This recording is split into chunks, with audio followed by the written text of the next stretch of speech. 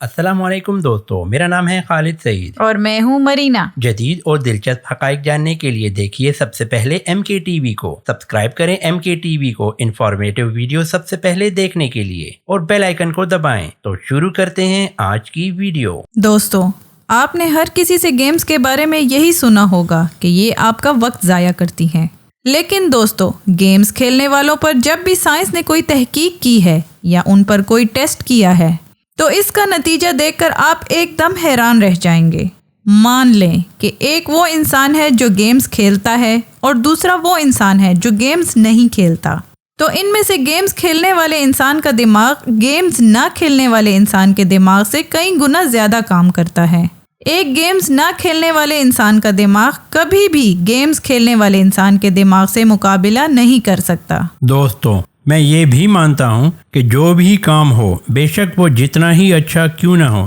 لیکن اگر آپ اسے حد سے زیادہ کریں گے تو وہ کام آپ کو نقصان ہی دے گا۔ مثال کے طور پہ آپ کسی سے سنتے ہوں کہ صحت کے لیے دودھ پینا بہت اچھا ہوتا ہے اور آپ پانی پینے کی جگہ بھی دودھ پینا شروع کر دیتے ہو، یہ سوچ کر کے کہ اب میری صحت بہت اچھی ہو جائے گی، اور آپ سارا دن دودھ ہی پیتے رہتے ہو، تو یہ چیز آپ کے معدے پر اور دوسرے اعضاء پر بہت زیادہ برا اثر ڈالے گی اور آپ کو کچھ ہی ہفتوں میں بستر پر لٹا دے گی۔ لیکن اگر آپ یہی کام حد میں کرو گے تو اس کا پھر آپ کو بہت اچھا فائدہ ملے گا۔ کوئی بھی کام حد سے کرنے پر ہی فائدہ دیتا ہے، اور دوستو گیمز کے ساتھ بھی ایسا ہی ہے۔ اگر تو آپ سارا دن ہی گیم کھیلتے رہتے ہیں تو یہ کام آپ کے لیے نقصان دہ ہے، اور اگر آپ اس کو ایک حد میں کرتے ہیں تو اس سے جو آپ کو فائدہ ہوگا وہ فائدہ اور کسی بھی چیز سے نہیں ہو سکتا۔ اور دوستو سب سے پہلے میں آپ کو یہ بتا دوں کہ گیم کے بارے میں جو یہ غلط فہمی مشہور ہے کہ گیم کھیلنے سے آپ کی آنکھیں خراب ہو جاتی ہیں،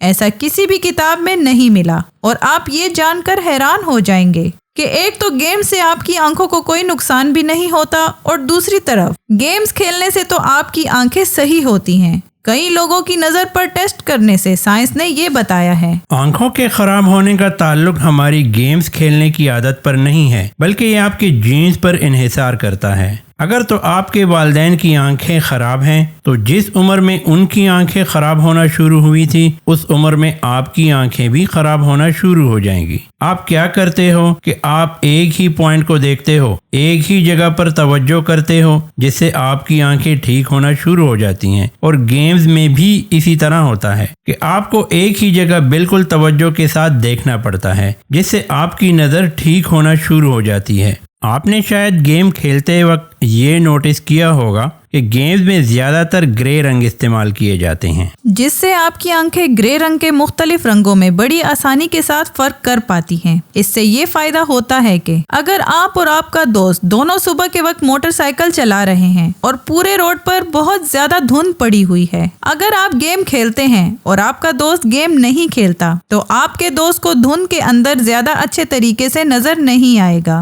اور دوسری طرف آپ دھند کے اندر بھی کچھ حد تک صحیح سے دیکھ پاؤ گے۔ دوستو گیمز کھیلنے سے آپ کی تخیل کی طاقت زیادہ ہوتی ہے۔ مثال کے طور پر اگر میں آپ سے کہتا ہوں کہ آپ اپنے گھر کی سب سے پاس والی دکان پر گئے اور وہاں سے جا کر کچھ خریدا اور اپنے گھر واپس آ گئے، تو آپ نے یہ فکرہ سنا تھا، تو آپ کے ذہن کے اندر پوری ایک فلم بن گئی تھی جس میں آپ یہ سارے کام کر رہے تھے۔ اسے ہی ہم تخیل کہتے ہیں۔ دراصل گیم میں ہمیں ہر وقت کچھ نہ کچھ تصور کرنا پڑتا ہے کہ آخر دشمن کہاں پر چھپا ہوگا، جس سے ہم ہمیشہ اپنے دماغ کی ورزش کرواتے رہتے ہیں، اور اگر ہم تخیل میں کوئی غلطی کر دیتے ہیں تو سزا کے طور پہ ہمیں یا تو گیم میں مرنا پڑتا ہے اور یا پھر نقصان لینا پڑتا ہے، جس سے دماغ ٹرین ہونا شروع ہو جاتا ہے کہ میں نے بالکل درستگی کے ساتھ کسی بھی چیز کو یا کسی بھی صورتحال کو تصور کرنا ہے۔ اگر آپ کی تخیل کی طاقت زیادہ ہو جائے تو آپ کسی بھی چیز کا حل اپنے دماغ میں ہی تلاش کر لو گے۔